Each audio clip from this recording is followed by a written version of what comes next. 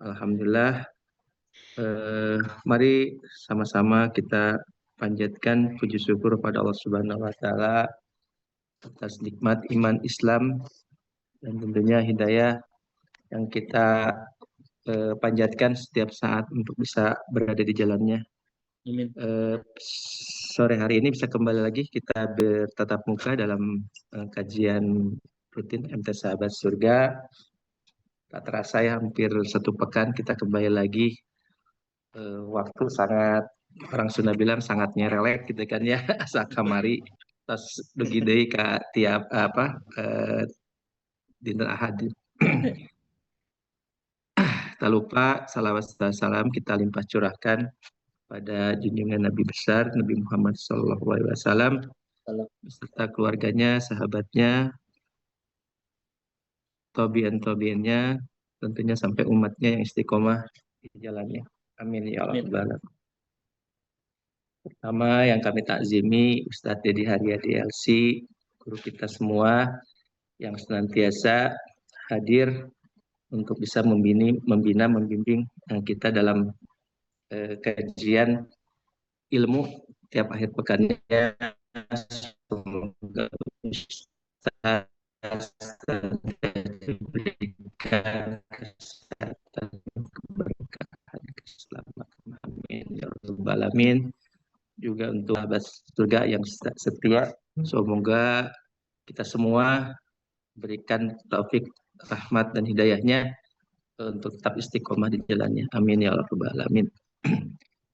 Bapak Ibu, kita sama-sama buka kajian sore hari ini dengan baca basmalah bersama. Bismillah. Mari kita simak tilawah yang seperti biasa akan disampaikan oleh Ibu Tuti. Beliau akan menyampaikan Quran Surat An-Nahl ayat 110. Dipersilakan Bu Tuti. Dr. Wedi. Izin Bapak Ibu saudara Pak Ustaz. Amin. Assalamualaikum warahmatullahi wabarakatuh. Waalaikumsalam warahmatullahi wabarakatuh. A'udzu billahi minasyaitonir rajim.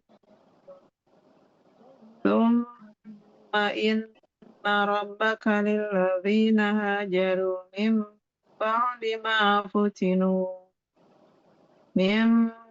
ma futinu summa jahadu wa sabaru inna rabbaka min ba'diha laghafurur rahim. Shadaqallahul azim. Aku berlindung kepada Allah dari godaan setan yang terkutuk. Kemudian sesungguhnya Tuhanmu adalah pelindung bagi orang-orang yang berhijrah setelah menderita cobaan. Lalu mereka berjihad dan bersabar. Sesungguhnya Tuhanmu setelah itu benar-benar Maha Pengampun lagi Maha Penyayang. Maha benar Allah dengan segala firman. Assalamualaikum warahmatullahi wabarakatuh. Waalaikumsalam warahmatullahi wabarakatuh. Jazakallah Bu Tuti, sehat berkah salawat. Amin ya rabbal alamin. Bapak Ibu sekalian, sore hari ini kita akan kembali melanjutkan kajian tema pekan lalu, yaitu mujahadah bersama Allah, part kedua ya. Mungkin Bapak Ibu yang pekan lalu hadir sudah bisa apa istilahnya itu melanjutkan ya tema kajian tersebut. Yang tidak hadir seperti biasa di WA Group MT Sahabat Surga sudah ada rekaman YouTube-nya yang mana Dokter Susi ya senantiasa untuk merekam dan mencatatnya. Begitu juga untuk Bapak Ibu yang belum bergabung di WA Group Sahabat Surga, silakan untuk mendrop nomor HP di kolom chat seperti itu. Izin Ustaz, kita akan laksanakan insya Allah kajian sampai jam 17.30. Manajemen waktunya mungkin Ustadz bisa menyampaikan tausiah sampai jam 17.15, nanti dilanjutkan dengan diskusi, tanya jawab. baik langsung ataupun bisa mendrop pertanyaan lewat kolom chat. Dipersilakan Ustaz untuk memulai kajian. Atur nuhun Dr. Wedi, mohon izin share tema hari ini Pak Dokter. Siap.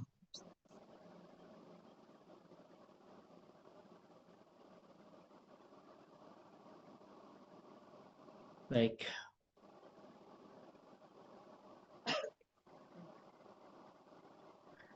Bismillahirrahmanirrahim. Assalamualaikum warahmatullahi wabarakatuh.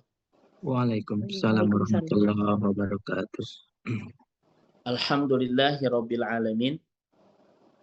Alhamdulillahilladzi bi ni'matihi tatimmus shalihat. Wa asyhadu an la ilaha illallah wahdahu la syarikalah. Wa asyhadu anna Muhammadan abduhu wa rasuluh. Al-mab'utsu rahmatan lil alamin. Wa sallallahu ala Muhammad sallallahu alaihi wasallam wa ala alihi wa sahbihi ajmain. Allahumma aftah lana qulubana wa alhimna rusdana wahdina Recording in progress. mustaqim. Allahumma inni as'aluka ilman nafi'an wa rizqan tayyiban wa amalan mutaqabbalan. Jazakumullah khair Pak Dr. Wedi yang memandu di pertemuan Sahabat Surga pekan sore hari ini. Semoga Pak Dokter dan keluarga besar senantiasa dalam kesehatan, kebaikan, keberkahan, senantiasa dalam keistiqomahan untuk terus Recording bersama-sama stopped. dengan Sahabat Surga. Kita terus membangun jaringan amal soleh, jaringan dakwah, jaringan silaturahim. Semoga amal jariah Pak Dokter untuk terus menjadi nahkoda di Sahabat Surga ini betul-betul menjadi amal dakwah pemberat timbangan kelak kebaikan kita di akhirat insya Allah. Amin. Salam baktos Pak Dokter buat keluarga tercinta. Ya, Juga sedang berkumpul. ya, sahabat-sahabat surga semua, ada guru-guru kita semua, Prof. Endah, ya, kemudian Dr. Susi, Prof. Linda, Bunda Marlina, Bunda Yanti, Ibu Dewi, yang senantiasa terus membersamai di kajian-kajian Sahabat Surga setiap pekan. Semoga ini menjadi rencana Allah Subhanahu wa Ta'ala untuk terus membersamakan kita sampai ke surga. Jazakillah Bu Tuti yang tadi sudah mengawali pertemuan Sahabat Surga sore hari ini dengan tilawah. Semoga menjadi pemberkahnya di silaturahim hamba-hamba terbaik pilihan Allah yang kita membangun kebersamaan di Sahabat Surga. Puji syukur hanya milik Allah Subhanahu wa Ta'ala. Mudah-mudahan pertemuan indah iman kita di sore hari ini Pak Dokter untuk kembali bersilaturahim, menaut hati, mengeja cinta, melingkar iman di taman surga, untuk terus mukafatul ilmiah, memperdalam kapasitas keilmuan kita dalam rangka kuatul imaniyah, untuk terus memperkokoh, memperkuat keimanan kita, wa islahul ibadah, membenahi, menata rapi, dan memperbaiki ibadah kita, wa tazkiyatun nafs, mengindahkan akhlak kita, membersihkan hati kita, dan mengistiqomahkan ketaatan kita. Semoga semua itu betul-betul pemantas kita untuk mendapatkan hasanah fid dunia dan hasanah fil akhirah. Kebaikan di dunia dan kebahagiaan kelak di akhirat. Sahabat surga yang semoga Allah rahmati dan Allah berkahi. Tadi Pak Dokter sudah menyampaikan juga, yang belum masuk nomor WA-nya di Sahabat Surga, silakan mungkin di share di message Pak Dokter ya. Nanti insya Allah oleh tim akan dimasukkan ke grup WA Sahabat Surga untuk terus mendapatkan informasi silaturahim, kemudian juga tausiah dan lain sebagainya.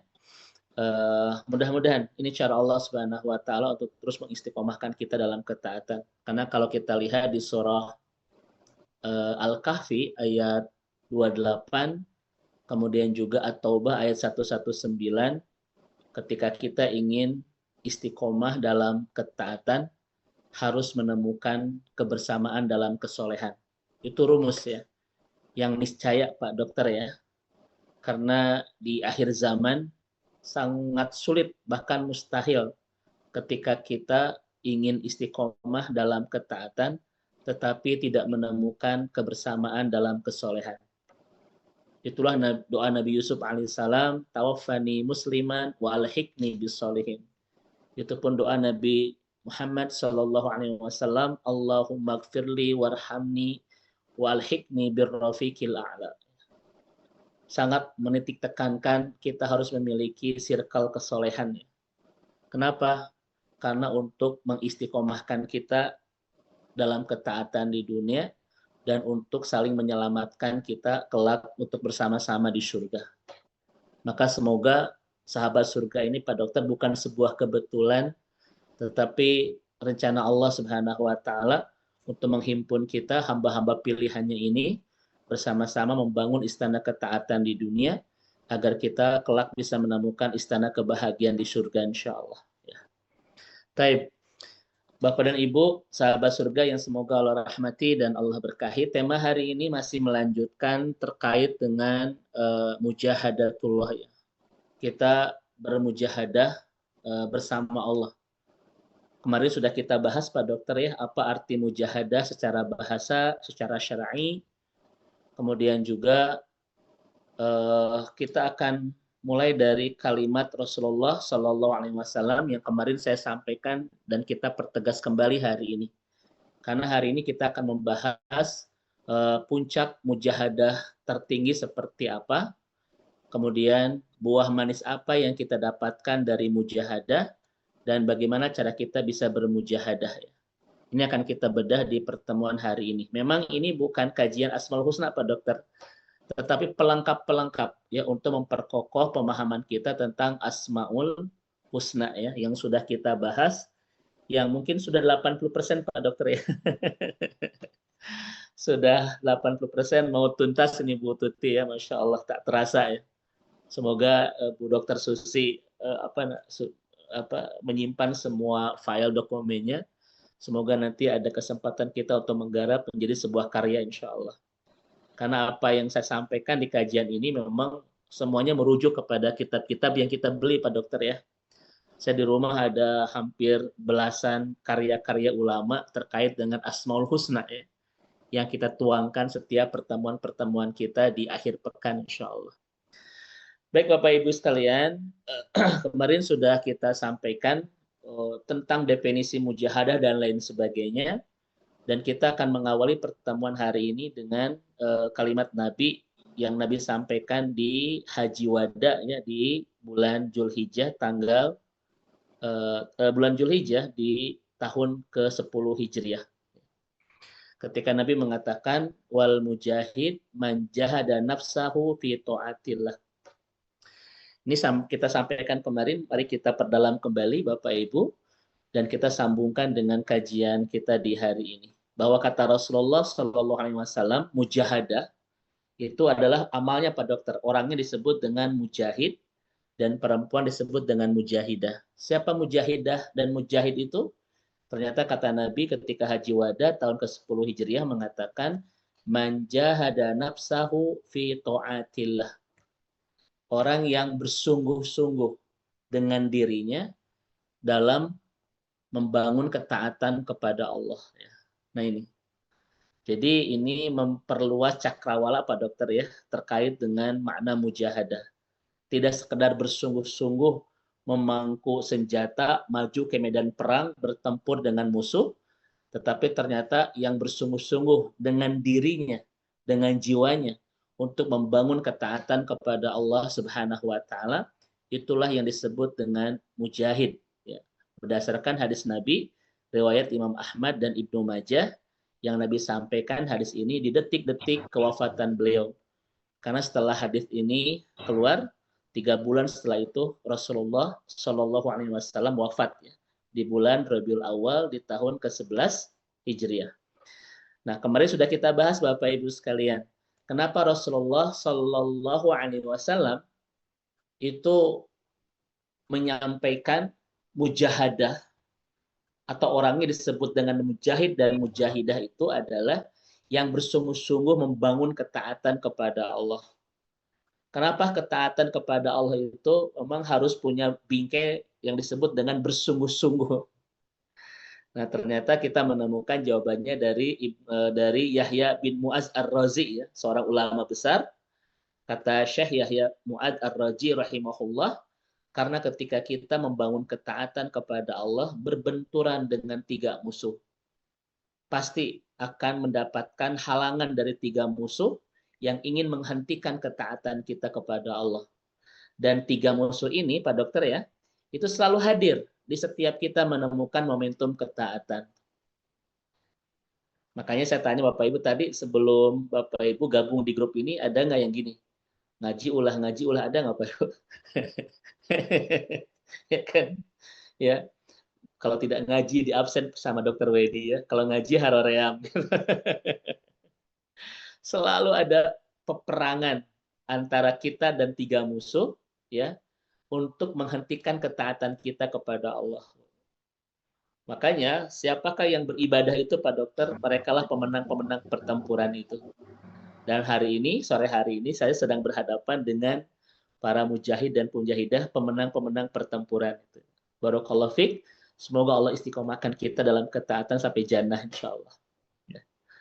Nah, ini alasannya Bapak Ibu kata Yahya bin Mu'adz, karena kita bertempur dengan 3 musuh yang ingin menghentikan ketaatan kita. Tentu saja musuh pertama Bapak Ibu sekalian adalah syaitan, ya.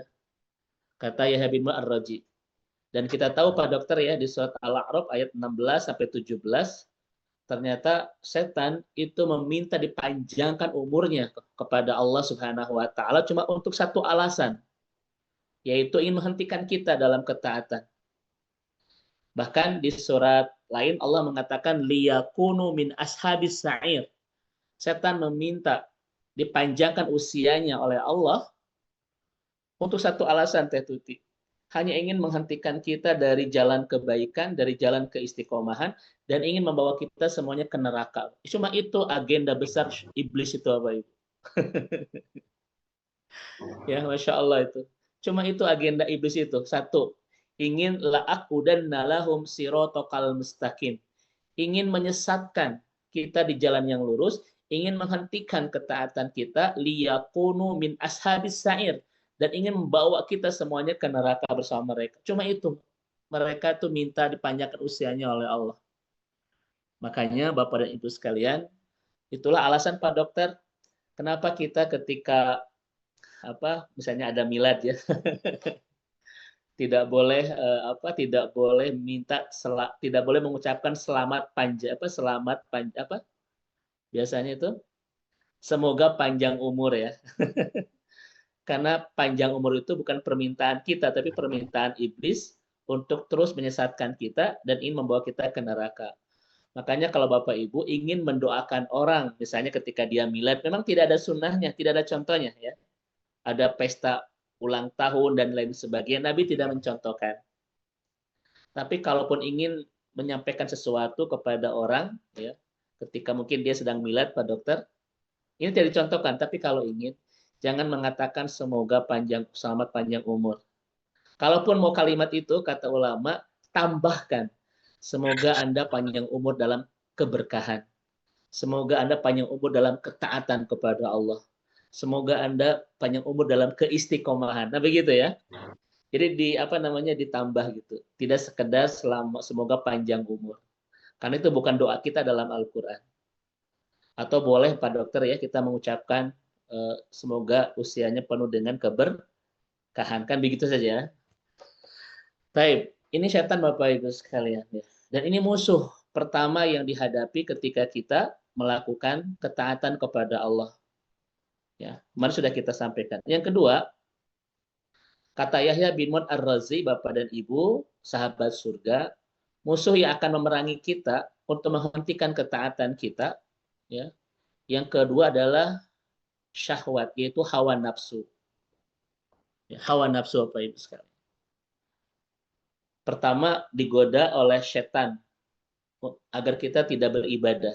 Yang kedua pun dijebak oleh syahwat agar kita menghentikan ketaatan kita kepada Allah. Ini dua-duanya setan Pak Dokter. Setan Syahwat dua-duanya S dan dua-duanya sulit ya. Setan dan syahwat itu sama-sama sulit Bapak dan Ibu.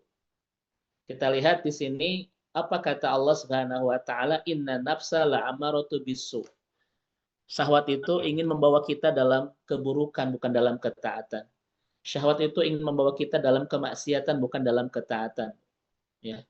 Makanya setiap kita menemukan momentum ketaatan pasti berbenturan dengan syahwat kita. Ini sering kita sampaikan Bapak dan Ibu.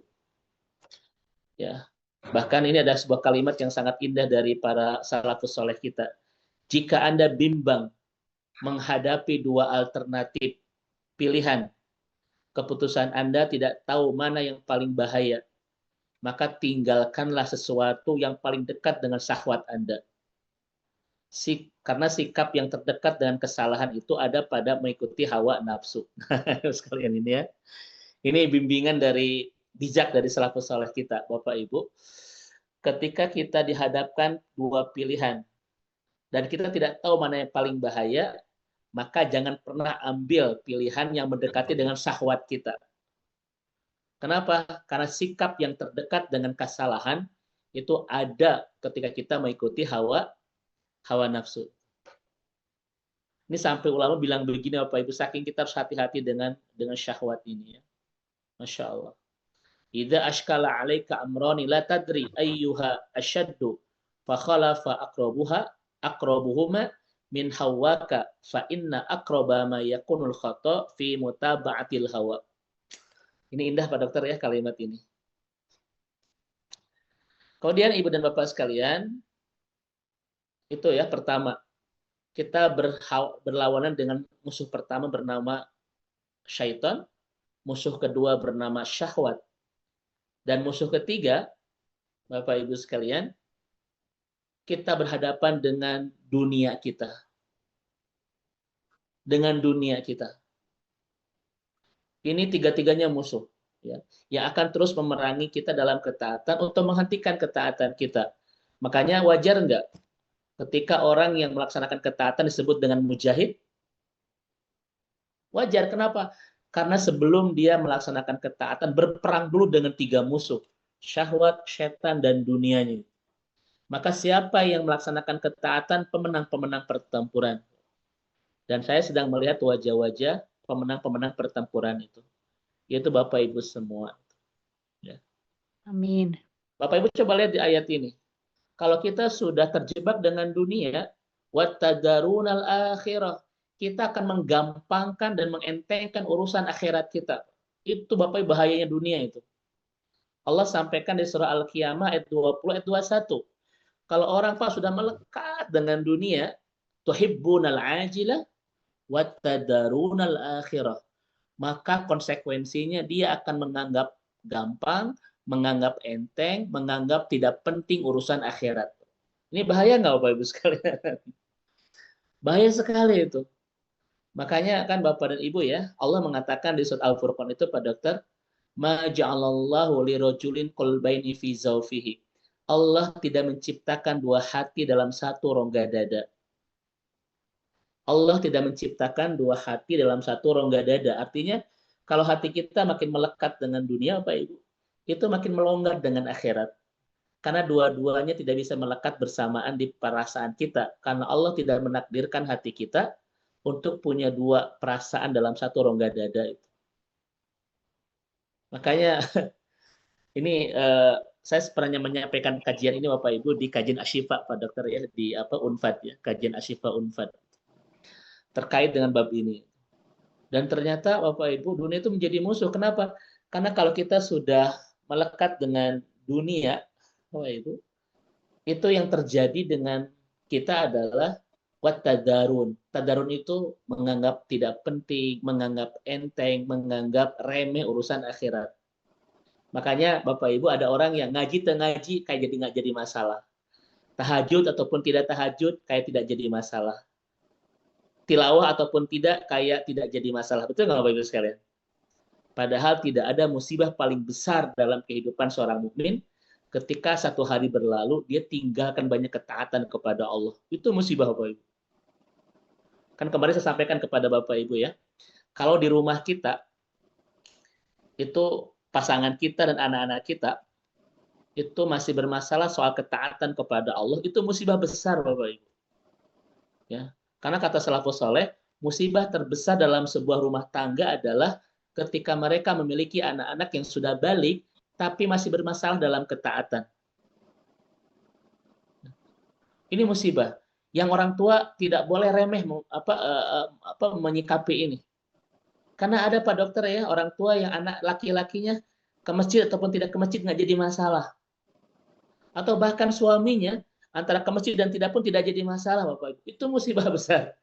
Kalau sebuah keluarga masih bermasalah dalam ketaatan. Karena bagi seorang mukmin tidak ada masalah yang paling besar dalam kehidupannya kecuali satu hari berlalu dan dia banyak meninggalkan ketaatan kepada Allah. Tapi kalau orang-orang sudah terlalu melekat perasaannya dengan dunia, Bapak Ibu, ketika meninggalkan tahajud, ketika meninggalkan ngaji, ketika meninggalkan tilawah, ketika meninggalkan lingkaran iman, dia tidak akan pernah merasa itu musibah, kerugian, dan lain sebagainya. Kenapa? Karena orang akan tadarunal akhirah, menggampangkan, mengentengkan, dan menganggap remeh urusan akhirat. Ini bahaya nggak, Bapak Ibu sekalian? Bahaya sekali ya. Dan Allah sampaikan itu dalam Al-Quran. Ya. Makanya ini Bapak Ibu ya, ini saya sampaikan nih, ada tanda-tanda orang itu sudah melekat dengan dunia hatinya.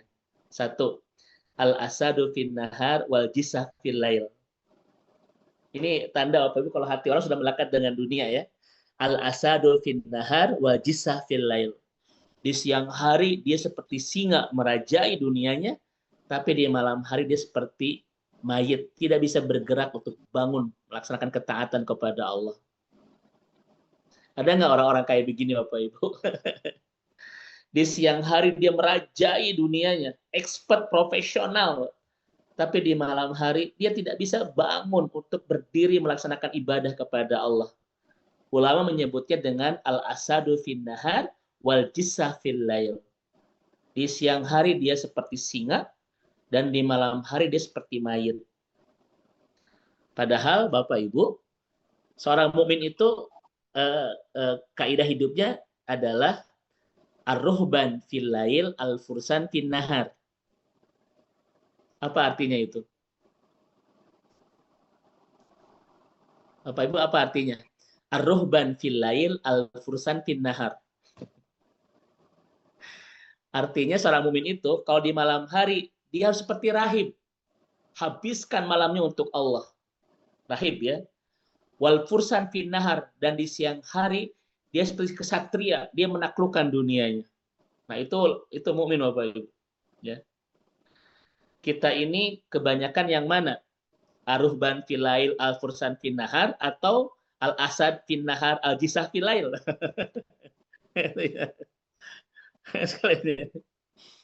Seorang mukmin itu harus ar-ruhban fil lail, Pak. Di malam hari dia seperti rahib. Dia habiskan malam itu untuk membangun kehebatan hubungan dengan Allah. Lewat munazatnya, lewat kholwatnya, lewat qiyamul lailnya Pak Dokter ya. Lewat istighfar terbaik dan terindahnya, wal fursan fin nahar, dan di siang hari dia seperti kesatria yang menaklukkan dunianya. Di kita dibalik, kita mah al-asad fin nahar, di siang hari kita seperti singa merajai dunia kita, wal jisah fil lail, tapi di malam hari kita seperti mayit yang tidak bisa bergerak untuk membangun ketaatan kepada Allah. Nah ini Ibu Bapak tanda pertama ya, seseorang itu kalau sudah melekat dengan dunia. Ya. Saya Bapak Ibu bukan menyuruh menjauhi dunia, bukan Bapak Ibu ya, karena nanti ada kajian khusus bab ini. Gitu. Ustaz Deddy mah ternyata membuat kita jadi jauh dan enggak, Bapak sekali jangan salah paham ya. Ini mah tanda kalau orang sudah terlalu melekat dengan dunia. Bahkan Bapak Ibu ada tanda yang agak bahaya, tetapi kita tidak terlalu memperhatikannya ketika hati kita terlalu melekat dengan dunia. Apa itu tandanya? Al-ibadah liqoslid dunia. Ibadahnya saja hanya mencari dunia itu. Ketika dia membangun ketaatan yang indah kepada Allah, tapi niat ibadahnya hanya dunia yang dicari Bapak Ibu. Bukan tidak boleh, tetapi Al-Quran sudah menyatakan di banyak ayat Pak Dokter, ada kehidupan yang lebih indah daripada dunia. Saya tanya Bapak Ibu, benar nggak kalimat ini? Dunia itu indah, benar nggak? Kalimat itu benar nggak Bapak Ibu? Dunia itu indah. Benar. Tapi ada Benar, yang lebih indah. benar. Dunia itu indah, benar. Tapi ada yang lebih indah daripada dunia. Nah, itu konsep kita Bapak Ibu. Islam tidak mengajarkan kita Pak Dokter untuk menjauhi dunia kan? Justru kita harus menjadikan keindahan dunia kita untuk membangun keindahan akhirat kita. Yang tidak boleh bilang begini, tidak ada yang indah selain dunia. Nah, itu yang salah Bapak Ibu. Ya kan? Tidak ada yang lebih penting selain dunia. Itu yang tidak boleh. Dunia itu penting, tapi ada yang lebih penting daripada dunia. Dunia itu indah, tapi ada yang lebih indah daripada dunia. Itu benar. Yang tidak boleh adalah yang Allah sindir di surat Al-Insyirah. Di Al-Adiyat. Yaitu orang menganggap tidak ada yang lebih baik kecuali dunia. Nah, itu yang salah. Ya. Nah, itu yang salah. Nah, Bapak Ibu, ada orang yang ibadahnya saja itu mencari dunia gitu. Sekali lagi, bukan tidak boleh. Tetapi Al-Quran menuntun kita, kalau ingin meminta kepada Allah, mintalah sesuatu yang lebih indah daripada dunia. Contoh Bapak Ibu, Nabi bilang apa dalam hadis Bukhari? Idza sa'altumullaha. Ini kata Nabi, kalau Anda minta sama Allah, minta apa? Fas'aluhul firdaus. Mintalah firdaus. Hadis Bukhari. Awas Ibu, ini bukan akang firdaus ya. Idza sa'altumullaha. Kalau Anda minta sama Allah, kata Nabi nih, Pak. Nabi langsung ngajarkan kita bagaimana cara berdoa. Idza sa'altumullaha, kata Nabi, kalau Anda minta sama Allah, fas'aluhul firdaus. Mintalah firdaus. Nabi loh yang mengajarkan kita cara minta kepada Allah. Apa itu firdaus Bapak Ibu? Ini bukan salah satu nama jamaah sahabat surga, bukan ya. Firdaus.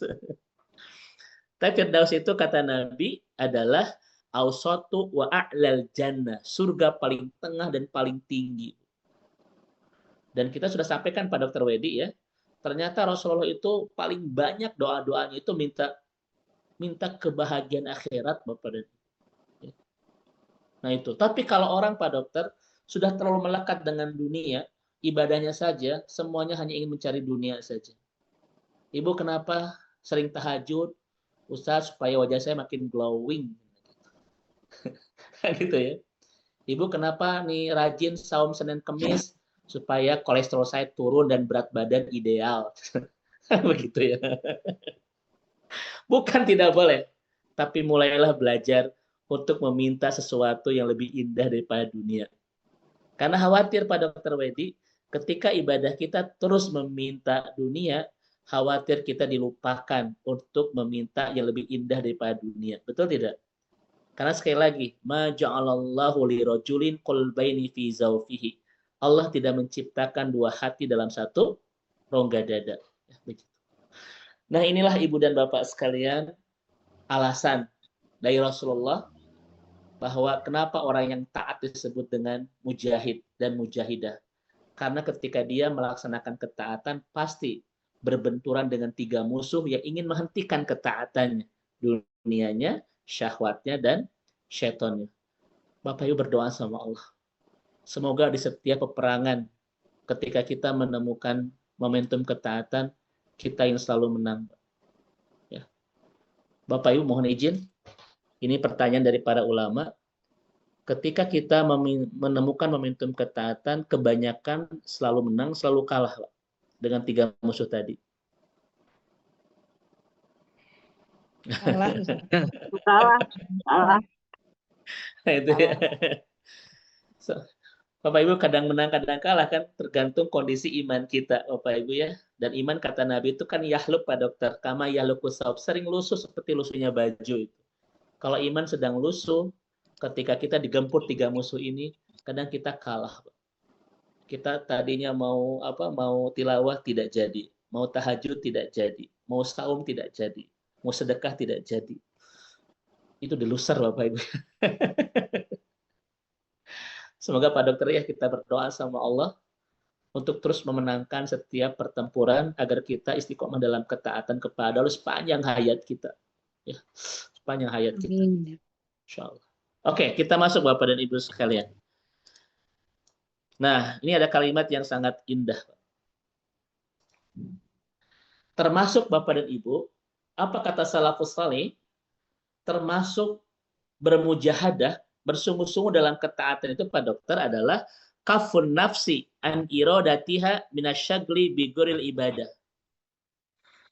Nah, ini Bapak Ibu kita harus agak dikasih catatan ya. Termasuk mujahadah, bersungguh-sungguh bersama Allah itu adalah kafun nafsi an iradatiha minasyugli biguril ibadah. Kita menjaga jarak dan menutup dari kesibukan-kesibukan yang bukan ibadah. Ini bentuk mujahadah juga. Ya.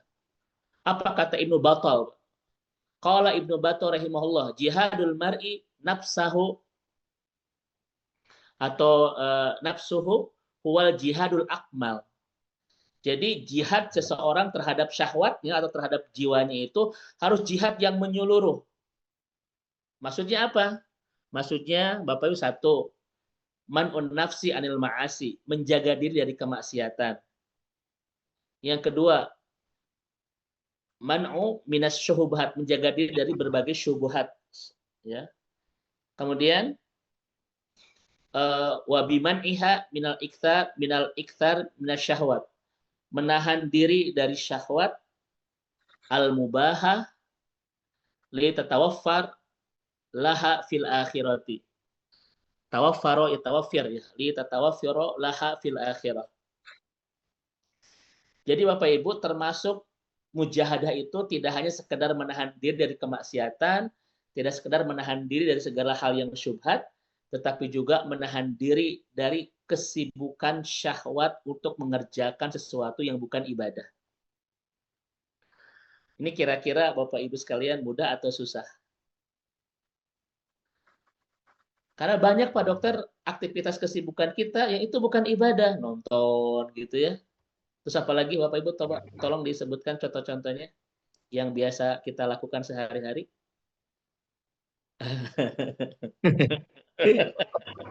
Terus kalau Iya. Nah, Bapak Ibu saya tanya, coba saya tanya Bapak Ibu.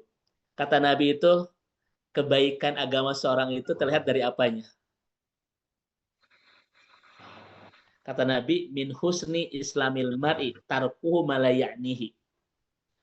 Kebaikan agama seseorang itu terlihat dari dia mudah meninggalkan sesuatu yang tidak bermanfaat buat hidupnya itu. Tidak menjadi pahala buat akhirat, itu adalah disebut dengan tidak bermanfaat bagi dirinya.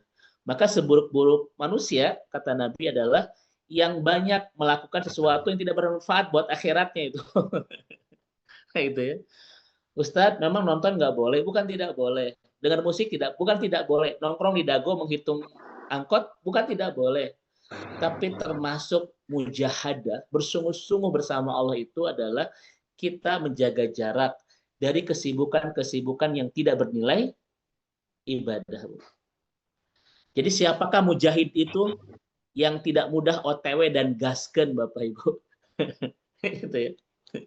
Dan kita kan sedikit-sedikit OTW Pak Dokter ya, sedikit-sedikit gasken begitu.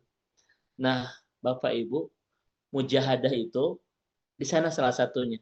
Kita menjaga diri, menahan diri, dan menjaga jarak dari kesibukan aktivitas harian yang tidak bermanfaat buat akhirat kita dan tidak bernilai ibadah. Ini kira-kira mudah atau ringan Bapak Ibu sekalian? Karena kita sering kejebak Pak Dokter ya dengan mager ya, rebahan tanpa ada jadi manfaat ya. Dengan nonton setelah bosan drama drakor pindah ke dracin ya Bapak Ibu ya. Setelah drakor selesai, dracin selesai, nonton drama Indosiar Bapak Ibu. Memang hidup itu tidak seindah drama Korea, tapi juga tidak serudet sinetron Indosiar. Kalau kita banyak waktu yang terbuang tanpa menjadi amal ibadah, tanpa menjadi kebaikan akhirat kita, berarti kita masih belum bermujahadah bersama Allah. Makanya Bapak Ibu ketika kita duduk di sofa di rumah sambil istirahat, ayo tilawah, ayo zikir Pak Dokter ya. Ayo kita dengerin tausiah di YouTube dan sebagainya. Kenapa? Saya kemarin Bapak Ibu ngebahas tentang masalah al-waktu makan al-waktu fil Islam, tentang kedudukan waktu dalam Islam. Saya teringat dengan kalimat Hasan Al-Basri. Apa kata beliau? Waktu itu mengatakan anna khalqun jadid. Aku adalah makhluk yang baru. Artinya, detik-detik yang sudah kita lewati tidak akan pernah kembali. Setuju tidak Bapak Ibu? Itulah alasan al-waktu itu khalqun jadid. Aku itu makhluk yang baru. Artinya detik-detik, menit-menit yang sudah kita lewati demi Allah tidak akan pernah kembali. Tetapi wa ala amalika bisyahid. Dan atas amalmu aku akan bersaksi di hadapan Allah. Maka biarkan waktu ketika bersaksi di hadapan Allah, kelak di akhirat, semua kisahnya tentang kebaikan kita, tentang produktivitas kita, tentang amal soleh kita. Jangan sampai ketika waktu kelak bersaksi di hadapan Allah, ya Allah dia mah sedang mager, tahun sekian, jam sekian dia sedang galau, jam segini, tahun segini dia sedang gabut. Semua gitu Bapak Ibu sekalian. Maka kalau banyak waktu dan kesibukan yang tidak bermanfaat buat akhirat kita, bahkan buat kebaikan dunia kita, Bapak Ibu ya, maka kita belum bisa bermujahadah bersama Allah. Mudah-mudahan ini menjadi renungan kita semua Pak Dokter, karena banyak aktivitas kita yang padanya tidak menjadi benar ibadah ya. Tidak bernilai ibadah itu. Ustadz, ya sudahlah sekarang mah kita niatkan semuanya ibadah, kira-kira bisa nggak Bapak Ibu? Ustadz, kalau begitu ya sudah kita niatkan semuanya ibadah, bisa tidak? Tidak bisa. Kenapa? Karena hati itu tidak bisa dibohongi. Ustadz, saya mau nyanyi di karaoke, saya mau diniatkan ibadah, bisa nggak Bapak Ibu? Hati itu nggak bisa mengakui itu. Ya nggak bisa. Ustadz, saya mau nonton dangdutan tengah malam, saya mau dianggap ini qiyamul lail atau jihad gitu ya. Tidak bisa, hati itu tidak bisa dibohongi. Ya. Nah, itu masalahnya. Kemudian kita lihat Ibu dan Bapak sekalian. Nah, ini ya. Bapak dan Ibu. Puncak mujahadah kepada Allah atau hal yang paling besar mujahadah kepada Allah adalah alal ikhlas lillahi fi alal ibadah. Kita membangun keikhlasan di dalam ibadah. Itu adalah hal terbesar dan terpenting dalam mujahadah kepada Allah. Yaitu membangun keikhlasan di dalam ketaatan. Fa'innal ikhlas, Bapak Ibu sekalian, amrun azimun wa syakkun jiddan. Karena ikhlas itu perkara yang besar dan sangat sulit sekali. Ini Pak Dokter. Sampai-sampai salafus saleh mengatakan begini Teh Tuti, Bu Tuti, ya. Majahadtu nafsi ala syai'in mujahadatuha alal ikhlas. Jadi tidak ada yang paling aku lebih sungguh-sungguh terhadap sesuatu kecuali bersungguh-sungguh membangun keikhlasan di dalam ibadah itu. Ini kalian tahu, tidak ada yang aku betul-betul menghabiskan energi, begitulah Pak Dokter. Tidak ada yang betul-betul aku itu menghabiskan semua tenagaku, kecuali ketika membangun keikhlasan dalam ibadah kepada Allah. Kenapa? Karena ikhlas itu amrun azimun wa syakkun jiddan. Perkara yang besar dan sangat sulit sekali. Saya tanya kepada ibu bapak sekalian, mohon izin. Kenapa membangun keikhlasan di dalam ibadah itu disebut dengan mujahadah yang paling besar di sisi Allah itu? Kenapa? Sampai-sampai salafus saleh mengatakan demikian, tidak ada yang paling aku sungguh-sungguhi, tidak ada yang paling aku maksimalkan selain membangun keikhlasan dalam ketaatan kepada Allah. Artinya, tidak ada yang paling sulit dari semua ketaatan kepada Allah kecuali membangun keikhlasan di dalamnya. Begitu. Pertanyaan saya, kenapa ini menjadi sangat sulit Bapak dan Ibu? Karena Melawan melawan hati ya, kan. tidak Pak itu Dokter. ya hatinya nggak sesuai gitu. Masya Allah ya. Lawan nafsunya. Kebanyakan nafsunya nggak mengikuti jalannya Allah, kemauannya Ya. Allah. Baik, saya sempurnakan jawaban dari Dr. Surahman ya, Bu Dewi, Bu Inarti semuanya. Jawabannya adalah ini Bapak Ibu. Nah ini ya. Ini jawabannya. Al-ikhlas lillahi min asyakki ma yakun ala nufus. Membangun keikhlasan itu hal terberat ya dalam diri kita ketika membangun ketaatan kepada Allah Subhanahu wa taala. Kenapa? Li'anna nufus laha khudud wa li'annal insan yuhibbu ayyakuna marmuqan 'indan nas wa yuhibbu ayyakuna muhtariman bainan nas. Ini masalah Bapak Ibu. Karena manusia itu punya kelemahan. Kelemahan apa Bapak Ibu? Senang dihormati, senang untuk dipuji, senang untuk dihargai. Itu kelemahan manusia. Ya. Wa yuhibbu ayyuqal. Manusia itu senang dikatakan inna hada rajulun abidun. Itu tuh orang soleh loh. Orang itu senang dibilang gitu. Betul nggak Bapak Ibu? Si Bapak Etama soleh pisan. Orang tuh senang dibilang gitu. Hada rajulun fihi kada wa kada min hisalul khair. Orang itu senang, orang itu baik banget gitu. Orang senang nggak dibilang begitu Bapak Ibu sekalian? Senang, Ustaz. Senang, Pak Ustaz. Baik. Kemudian maka setan yadkhulu syaitanu alal insan min hadal bab. Maka setan akan masuk di wilayah itu. Nah, itu Bapak Ibu sekalian. Baik ya. Saya ulang Bapak dan Ibu. Ini kita sudah sampai ke puncak mujahadah sebetulnya. Baru setelah ini kita akan bahas bagaimana supaya kita bisa bermujahadah dan kebaikan-kebaikan apa yang kita dapatkan kalau kita bermujahadah. Puncak dari mujahadah kepada Allah, kata salafus soleh adalah membangun keikhlasan di dalam beramal. Kenapa ini menjadi puncak? Karena sulit Bapak Ibu sekalian. Kenapa sulit? Karena manusia itu punya kelemahan yang sama. Apa kelemahannya? Hududon, Pak.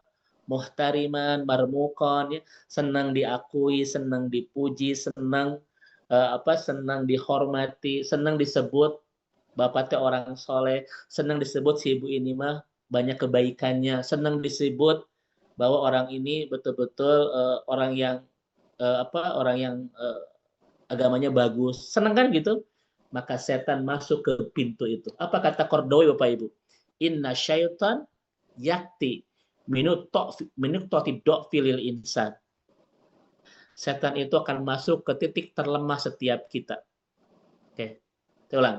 Setan itu akan masuk ke titik terlemah setiap kita.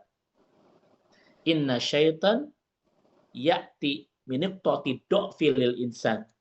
Kata Kordowi, setan itu akan masuk ke titik terlemah setiap kita. Pertanyaan saya kepada Bapak Ibu, apa titik terlemah yang kita miliki? Ayo. Ya tadi ingin dipuji, ingin dihargai. Itu sekalian. Makanya membangun keikhlasan Pak Dokter menjadi sulit tidak? Ya, sekalian. Masya Allah itu ya. Makanya apa kata Imam An-Nawawi Bapak Ibu? Kata Imam An-Nawawi, kalau kita ingin membangun keikhlasan, tetapi masih aja merawat kelemahan ini, itu senang diakui, senang dilihat, senang dipuji, kita seperti ingin mencampurkan air dengan api. Bisa nggak nyampur itu? Tidak bisa ya. Makanya Pak Dokter, Bapak dan Ibu, di hampir banyak kitab yang ditulis oleh ulama-ulama kita, bahasan yang paling penting di awal disimpan kebanyakan bab tentang bab ikhlas, Bapak Ibu sekalian. Ya, Masya Allah. Nah ini menjadi mujahadah Pak Ibu. Makanya kalau kita setiap berbuat kebaikan selalu menyimpan ruang-ruang di perasaan kita ingin diakui, dipuji dan sebagainya, berarti kita sudah tidak bermujahadah dengan Allah. Tidak bersungguh-sungguh dalam ketaatan kepada Allah. Karena bentuk kesungguh-sungguhan ketaatan kepada Allah adalah betul-betul merawat semua ketaatan kita, Bapak Ibu, yaitu merawat hati agar betul-betul hanya ibtiga'u mardotillah, hanya ingin meraih ridho Allah Subhanahu wa Ta'ala. Bahkan katanya Pak Dr. Wedi, zaman sekarang itu banyak sekali umat Islam yang membantu pekerjaan dua malaikat, yaitu mereka banyak mencatat amal kebaikannya sendiri gitu. Di Facebook, terima kasih ya Allah tadi tahajud nikmat sekali. Atau nulis di status WA, jangan dulu telepon sedang di rakaat kedua. Tuh, gitu ya. Jangan dulu nge-WA, saya sedang khusyuk dalam zikir. Oh gitu Pak ya. Itu di status WA itu, di hashtagnya di Instagram. Jangan dulu ganggu, saya sedang menikmati tilawah. Hati-hati sekalian dengan semua itu ya. Kenapa? Karena itulah pintu setan yang mudah dimasuki. Dan titik terlemah kita adalah bab itu. Bab senang mendapatkan pujian, senang mendapatkan sanjungan, senang mendapatkan penghormatan, dan lain sebagainya. Senang disebut, kamu mah orang yang soleh, kamu mah orang yang istiqomah, kamu mah orang yang imannya bagus. Orang senang. Dan itulah pintu setan yang paling mudah dimasuki untuk menghancurkan bangunan indah ketaatan kita kepada Allah. Kan kemarin di kajian sebelumnya kita bahas Bapak dan Ibu. Hisaban terlama kelak di akhirat itu akan terjadi kepada orang-orang yang ibadah yura'un nas. Orang-orang yang ibadah tapi niatnya bukan karena Allah, tetapi untuk mendapatkan pengakuan, sanjungan dari selain Allah Subhanahu wa Ta'ala. Setiap ibadah kita pasti ada niatnya enggak? Dan Allah periksa satu persatu itu. Ya. Makanya Ibu dan Bapak dirahmati Allah Subhanahu wa Ta'ala, nanti ada 5 cara bagaimana kita membangun keikhlasan. Itu nanti disampaikan para ulama ya. Kalau 5 cara ini kita tidak memahaminya, kita sulit untuk membangun keikhlasan dalam ketaatan kepada Allah. Salah satu caranya Pak Dokter, ini yang saya alami ya, ini cara Bapak Ibu. Ini yang betul-betul paling efektif membangun keikhlasan di hati saya. Tetapi Bapak Ibu nanti mungkin punya pengalaman spiritual yang berbeda-beda dari 5 cara ini ya. Tetapi yang paling kena, ya semuanya kena Pak Dokter, tapi ini yang paling menyentuh adalah ketika di gerbang kematian kita, Bapak Ibu sekalian, hari pertama orang akan ingat kita. Tapi hari kedua, hari ketiga, hari keempat, orang sudah mulai melupakan kita dan mereka kembali sibuk dengan dunianya masing-masing. Betul tidak? Mungkin hari pertama kita meninggal, Pak Dokter, banyak orang yang mengenang kita. Tapi hari kedua, hari ketiga, sudah banyak orang yang mulai melupakan kita. Betul tidak? Maka buat apa ketika kita mempunyai ketaatan kepada Allah, ingin mendapatkan sanjungan dari mereka. Toh di hari kematian kita, mereka sudah siap-siap akan melupakan tentang kita itu. Itu paling jelek Bapak Ibu buat saya itu ya. Makanya ini kalau kata salafus soleh itu, Anda ini kayak bodoh gitu. Kita membangun ketaatan untuk mendapatkan pujian orang-orang yang ketika di kematian kita, mereka langsung melupakan kita. Nah ini ya. Ibu dan Bapak yang dirahmati Allah Subhanahu wa Ta'ala, inilah puncak atau hal yang paling penting dari mujahadah kepada Allah Subhanahu wa Ta'ala. Apa kata Syekh Dr. Abdul Aziz At-Turaifi? Ini seorang ulama kontemporer di Saudi, Bapak dan Ibu ya, yang bikin kitab, dan kitabnya luar biasa. Saya sudah beli kitabnya tentang tafsir ahkam. Ya, tapi kontemporer. Bagus sekali, beberapa jilid. Syekh Dr. Abdul Aziz At-Turaifi.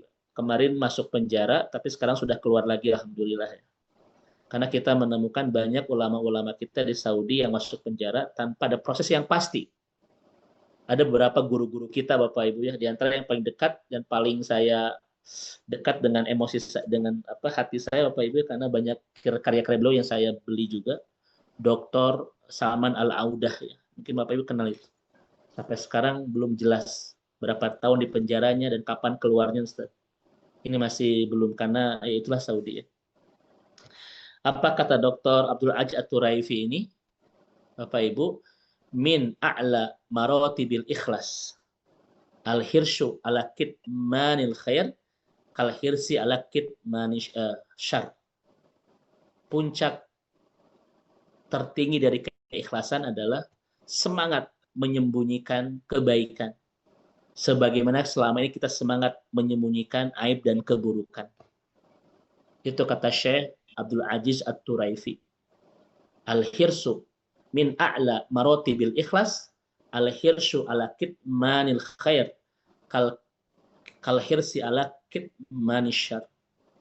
Puncak tertinggi dari sebuah keikhlasan adalah semangat bersungguh-sungguh menyembunyikan kebaikan-kebaikan kita. Sebagaimana selama ini kita bersungguh-sungguh menyembunyikan aib dan keburukan kita. Ya. Nah itu kata beliau Bapak Ibu sekalian. Makanya kata Qardawi, bangunlah bangkar-bangkar tentang ketaatan. Dan itulah yang menjadi rahasia-rahasia terbesar kita dengan Allah. Itu kata Qardawi, bangunlah bangkar-bangkar ketaatan yang hanya kita dan Allah saja yang tahu. Jadi kalau bisa kita ini harus seperti gunung di samudra Bapak Ibu ya. Kalau gunung samudra kan yang terlihat di permukaan sedikit Pak Dokter ya. Tapi itu di bawah lautnya itu. Ya. Itu bisa besarnya dan tingginya itu bisa berkali-kali lipat daripada yang muncul ke permukaan. Nah kita itu harus seperti itu. Jangan sampai Bapak Ibu kita baru hijrah ya dan sebagainya. Wah tapi medsos sudah di mana-mana. Saksikan hari ini aku hijrah, saksikan hari ini aku OTW ngaji, OTW sahur, OTW duha, segala di OTW kan. Baik Bapak Ibu, itu mujahadah ya. Makanya Ustadz saya pengen bermujahadah bersama Allah Subhanahu wa taala adalah salah satu yang paling tinggi dan paling penting adalah terus membangun keikhlasan di hati kita dalam ketaatan kepada Allah Subhanahu wa ta'ala ya. Baik. Lanjut Ibu dan Bapak sekalian. Oke. Nah, ini Bapak Ibu saya sampaikan dulu kalimat dari Qardawi ya, dari Syekh Qardawi yang kitabnya sudah dibeli oleh sahabat surga Pak Dokter ya, alhamdulillah. Di rumah saya ada Bapak Ibu ya, 120 jilid ya. Ini waktu kita beli harganya 40 juta itu Pak Dokter, alhamdulillah. Dan ini adalah sebagiannya wakaf dari sahabat surga alhamdulillah ya. Mudah-mudahan kita ada waktu membedah semuanya 20 jilid ini. Ini kalimat Qardawi Bapak Ibu sekalian. Kalau kita menghancurkan 5 hal ini, maka kita sudah menghancurkan inti ajaran Islam kita. Karena 5 hal ini adalah inti dan pokok ajaran Islam kita. Ini kata Qardawi. Siapa yang menghancurkan 5 hal ini, dia sudah menghancurkan inti ajaran Islamnya. 1. Man doyya'al ikhlas fil ibadah. Siapa yang tidak ikhlas dalam ibadah. Ini yang pertama. Ya. Yang kedua, as-sidqu fil muamalah. Siapa yang tidak jujur dalam hidup Bapak Ibu, dalam membangun kehidupan, muamalah ya dengan orang. Makanya kalau orang sudah dimulai dengan ketidakjujuran, jangan berharap akan lahir sebuah kebaikan. Kenapa? Karena ketidakjujuran itu adalah pembuka segala keburukan. Maka kalau orang sudah mulai tidak jujur, Pak, kisah-kisah berikutnya itu bukan kebaikan, tapi keburukan. Karena tidak akan mungkin lahir sebuah kebaikan yang diawali dari ketidakjujuran. Ya. Saya tekankan Bapak Ibu sekalian ini Pak Dokter. Ustadz kayak lagi nyindir, saya tidak sedang nyindir Bapak Ibu ya. Karena sekarang itu tren orang itu mudah berbohong Bapak Ibu ya, wa'iyadzubillah gitu. 1, siapa yang tidak ikhlas di dalam ibadah, siapa yang tidak jujur di dalam kehidupan. Yang ketiga, ar-rahmah fil khalqi, siapa yang tidak punya cinta kasih kepada makhluk Allah.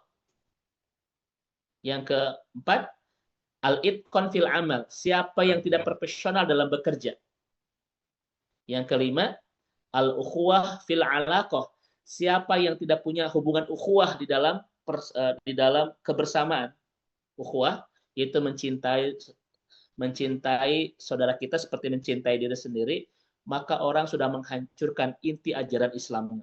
Ini kata Qardawi. 1, yang tidak ikhlas di dalam beribadah. 2, yang tidak jujur di dalam muamalah. 3, yang tidak punya cinta kasih kepada makhluk-makhluk Allah. 4, yang tidak profesional di dalam ibadah, dalam bekerja. 5, yang tidak punya rasa ukhuwah ya dalam persahabatan, dalam kebersamaan, tidak mencintai saudara seperti mencintai dirinya sendiri, maka dia sudah menghancurkan inti ajaran Islam. Berarti menunjukkan Pak Dokter bahwa ikhlas itu merupakan inti ya dari ajaran Islam kita. Baik, Bapak Ibu, kita lanjut. Sekarang kita masuk. Bagaimana cara kita untuk membangun sikap mujahadah bersama Allah Subhanahu wa taala, Bapak Ibu? Yang pertama, Bapak dan Ibu, hal yang bisa kita dapatkan untuk membantu kita mujahadah bersungguh-sungguh ibadah kepada Allah adalah sebagaimana kita lihat di hadis Rasulullah Imam Muslim. Apa itu? Fa'inni ala nafsika bikasrati sujud, Pak. Kita istiqomah untuk memperbaiki sholat. Baik. Ini hadisnya saya tidak akan ceritakan karena waktu saya tidak banyak ya. Jadi kisah ini Bapak Ibu tentang Robi'ah bin Ka'ab al-Aslami. Yang ditanya Nabi, wahai Robi'ah, mintalah kepadaku, pasti aku akan kabulkan. Kata Robi'ah bin Ka'ab ini, as'aluka murafaqataka fil jannah. Ya Rasulullah, aku hanya ingin menemani engkau sampai ke surga. Nabi bertanya lagi, al-ghairu dzalika, adakah permintaan selain itu? Kata Robi'ah, wadzaka, cuma itu ya Nabi. Dan kata Nabi kepada Robi'ah, fa'inni ala nafsika bikasrati sujud, bantu aku untuk mengabulkan permintaanmu dengan memperbanyak sujud. Jadi Bapak Ibu, agar kita bisa bermujahadah dalam ibadah kepada Allah, perbaiki sujud kita, maksudnya sholat kita itu. Coba saya tanya Bapak Ibu sekalian. Kenapa kalau ingin kita memiliki kesungguh-sungguhan di dalam ibadah kepada Allah, cara yang pertama adalah memperbaiki sholat kita. Kenapa Bapak Ibu? Karena sholat tiang agama, Ustaz. Bukan, Bu. Karena sholat itu adalah satu ibadah yang sangat efektif memperkuat daya kesabaran kita. Itu Bapak Ibu sekalian. Ya. Karena sholat itu adalah satu ibadah yang sangat efektif membangun daya kesabaran. Kira-kira tanya Bapak Ibu, kalau mujahadah butuh kesabaran tidak? Kesabaran melawan hawa nafsu, kesabaran melawan syahwat, kesabaran melawan godaan setan. Butuh kesabaran nggak? Butuh ya? Betul, Dan kesabaran hanya bisa kita perkuat ketika kita memperbaiki sholat. Makanya Allah mengatakan, wasta'inu bisabri wassalah. Minta tolonglah kepada sabar dan sholat. Kenapa sabar dan sholat dipakai dalam satu ayat? Maknanya dua. Satu, kalau kita ingin membangun kesabaran, perbaiki sholatnya. Maka demi Allah, tidak ada kesabaran yang baik di orang-orang yang tidak baik sholatnya. Makanya kalau ada keluarga kita, Bapak Ibu, yang tidak bagus kesabarannya, mudah marah, mudah emosi, mudah putus asa, mudah ngambek, mudah berbuat maksiat, Bapak Ibu ya, itu kan masalah kesabarannya. Ustadz, kumaha caranya? Bapak Ibu fokus perbaiki sholatnya. Ingin nggak menjaga anak-anak kita di luaran sana agar bersabar, tidak melakukan hal yang buruk, Bapak Ibu, tidak melakukan hal yang haram? Ingin nggak pasangan kita itu bersabar agar tidak mudah ngambek, tidak mudah marah? Maka tidak ada cara terbaik kecuali perbaiki sholatnya. Ini Allah yang menyampaikan di dalam Al-Quran. Wasta'inu bisabri wassalah. Selalu ada masalah kesabaran bagi orang-orang yang bermasalah sholatnya itu. Maka ketika pasangan kita, anak-anak kita sholatnya berantakan, Pak Dokter, maka jangan berharap ada tumbuh kesabaran yang bagus tengah-tengah keluarga kita. Jadi, kalau kita ingin memperkuat kesabaran, perbaiki sholat. Yang kedua, kalau ingin memperbaiki sholat, Bapak Ibu, perkuat kesabarannya. Karena sholat itu setiap hari, sekian puluh kali kan. Kalau kita tidak sabar, kita tidak akan pernah istiqomah dalam sholat kita. Ini Bapak Ibu, maka coba lihat di ayat ini. Nah ini Bapak Ibu. Orang-orang yang berantakan sholatnya akan mudah mengumbar hawa nafsunya itu. Ini ayatnya. Maryam ayat 59. Siapakah orang-orang yang bermasalah soal syahwat? Yaitu orang-orang bermasalah sholatnya. Makanya kalau orang sudah mulai tidak bagus sholatnya, maka segala kemaksiatan akan mudah dia lakukan. Ini ayat Bapak Ibu. Ya. Ini yang pertama ya, karena waktu kita tidak terbatas. Maka Ustadz, saya itu kan ingin bermujahadah, ingin bersungguh-sungguh dalam ketaatan kepada Allah. Tentunya itu butuh kesabaran yang baik. Bagaimana cara memperkuat kesabaran? Nabi mengatakan kepada Robi'ah, fa'inni ala nafsika bikasrati sujud. Perbaiki sholat kita. Punten Bapak Ibu ya, kita ini punya keluarga, punya pasangan, punya anak-anak. Pertanyaannya, bisa nggak semuanya kita kendalikan? Tidak, Ustaz. Tidak bisa, walaupun mereka itu keluarga kita, tapi tidak bisa kita kendalikan, apalagi ketika mereka di luar. Ya, bagaimana pasangan kita di luar, bagaimana anak-anak kita di luar, nggak bisa kita kendalikan. Di zaman sekarang kita harus hati-hati Bapak Ibu sekalian. Ustadz, bagaimana supaya keluarga besar saya, pasangan, anak-anak punya daya kesabaran yang bagus sehingga mudah melaksanakan ketaatan, mudah terjaga dari segala keburukan dan kemaksiatan, tidak mudah mengambil hawa nafsu. Satu, fokuslah memperbaiki sholatnya. Dan itu jihad kita untuk menjaga keluarga. Setiap hari jaga sholat keluarga itu. Telepon anak-anak di luar, di kampus. Udah maghrib, udah asar belum? Udah zuhur belum? Subuh belum? Ustaz, pelihara rese itu jadi amal soleh buat orang tua Bapak Ibu sekalian. Saya pun, Bapak Ibu kan, anak saya ada di rumah satu ya, Gibraltar, sudah di kampus Pak Dokter. Itu menjadi amal jihad kami berdua ya di rumah itu. Ya karena anak-anak Bapak Ibu kadang ya, kadang ada masa-masa di mana ada hara resenya ya. Kita tidak betul protektif segalanya. Karena mereka punya dunia sendiri yang kadang kita tidak bisa mengendalikannya. Satu saja, kita kasih imun yang terbaik agar mudah memperkuat daya kesabarannya. Apa itu? Perbaiki sholat. Ini Al-Quran. فَخَلَّفَ مِنْ بَعْدِهِمْ خَلْفٌ أَضَاعُوا الصَّلَاةَ وَاتَّبَعُوا الشَّهْوَاتِ. Kalau sebuah generasi sudah berantakan sholatnya, mereka akan mudah memperturutkan hawa nafsunya.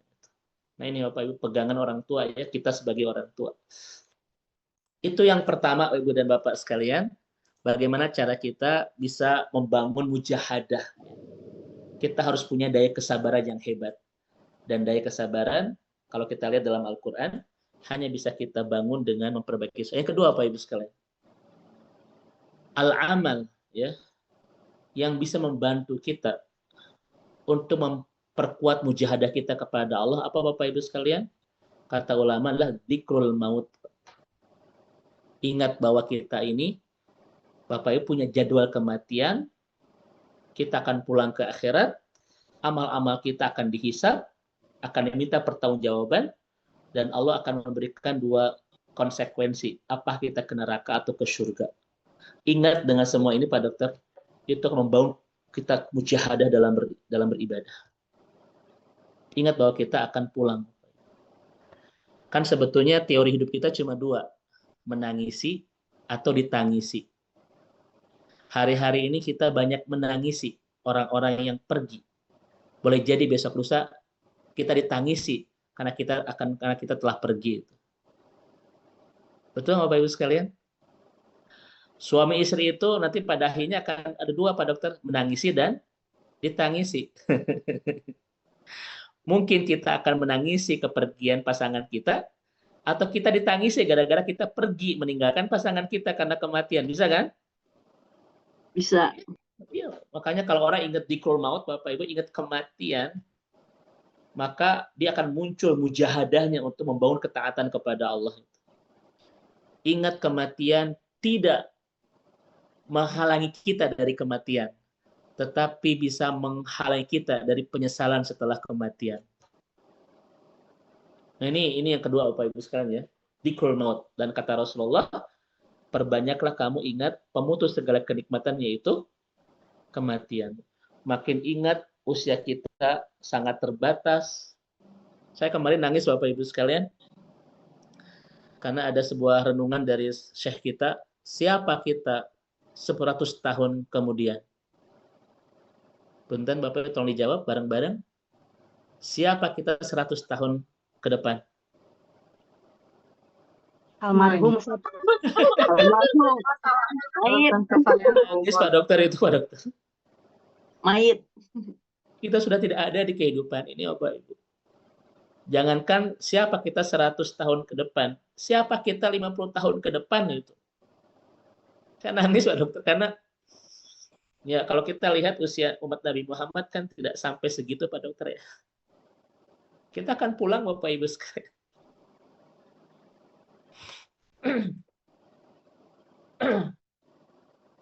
Nah ini Bapak Ibu sekalian, oh, Masya Allah ya.